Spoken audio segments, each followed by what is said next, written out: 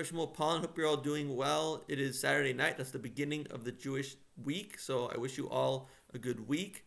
And we're going to talk today about suffering. And the Jewish people have probably been through more suffering than any people. So I think I have the criteria to be able to talk about it intelligently. And my heart goes out to anyone who is suffering right now, anyone who is in pain. And if this doesn't help you get through it, then just forget it. I want you to be peaceful and happy and mentally healthy. So if explanations are not what you're looking for, then just shut off this video and let it go. This is more for people who are looking at this from an intellectual perspective. So from an intellectual perspective, and someone asked me, why does God allow suffering? I will say to them, so what would you rather? Would you rather that everything be perfect? And they will usually say that they do not want everything to be perfect.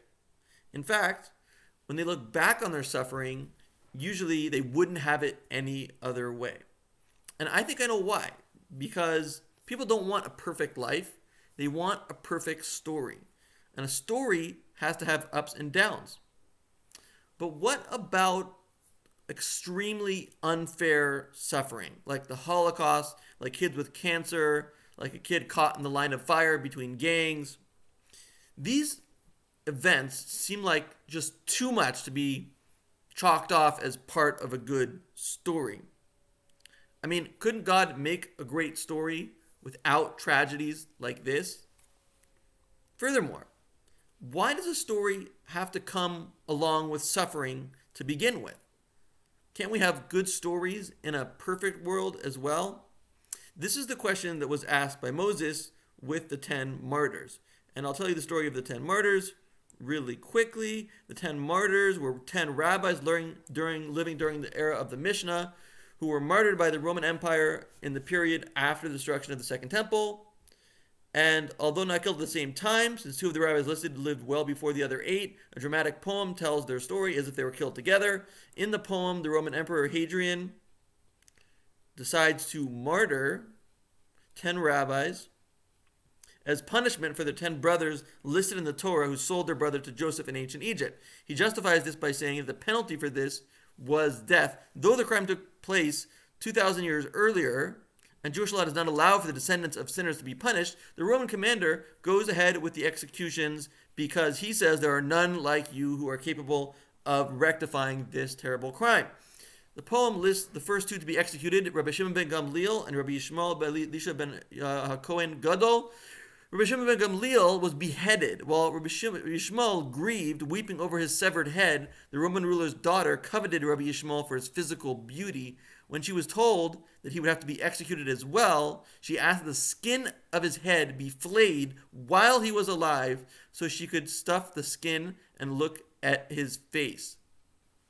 Could stuff the skin and look at his face. I think that's a typo. When the servants began to strip away the skin on his forehead, where the phylactery, that's the tefillin, the boxes, the holy boxes that we wear on our head, Rabbi Yishmael cried aloud and died. Next to die was Rabbi Akiva, whose skin was raked with iron combs. And it goes on and on and on, describing the 10 martyrs and the brutal way in which they were killed. So Moses took issue with this. He saw it from heaven, and he asked God, why? He said, is this the reward for great sages, people who learned a lot of Torah? This is the way they're rewarded? They're having their face peeled off and their body raked with combs. And God said, be quiet. If you say one more word, I will turn this world back into water. Why was God so angry with Moshe's question? And the answer is that there is no logical explanation for this kind of suffering. This kind of suffering comes from a level in godliness called the crown. And for those of you who have been watching my Kabbalah class, you know what the crown is. A crown sits atop the head because it is higher than intellect. Just like the Christian at your door or an atheist, no matter what you say, it's not going to change their outlook because they're coming from the place of the crown. They're coming from a place of pure desire, pure will, which is above the intellect. Intellect cannot even touch it. And if you try to give an intellectual explanation, the person will get mad, God will get mad, because there is no explanation to that. There is no answer to why good stories can't live on without bad plot twists, especially plot twists like this. At the level of The Crown, all we can say is that God wants it to be that way because that's the way he wants it to be. And there's nothing we can say about it. There's a closeness to God in that. And if you're around death, you can feel the closeness to God in the burial, at the funeral, at the place where they're sick. Everywhere you feel God very, very closely. But God is doing something that we cannot understand, comes from the level of Crown, and everyone should just be quiet about it. And that's the way we behave. When we visit a mourner, we are just quiet and we don't say anything unless the person says something to us first. So we feel the godly will in the situation. We feel a closeness to God in the pain. He's with us in the pain. God is suffering with us. He's not aloof. This is in the Bible. It says, Ima anechi batzara, I am with you in the pain. God suffered in Egypt with the Jews. So what can we do if we can't explain this? Well, we can give a few helpful tips that are important to know. And the first tip to know is that this will go better, it will go down better if you keep a positive perspective, a positive outlook.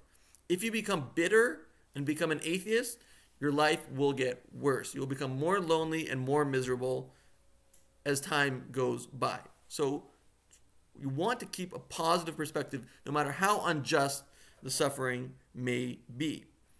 Also know that there is justice in this world. There is another world. There's heaven and there's this world. There's hell and there's this world.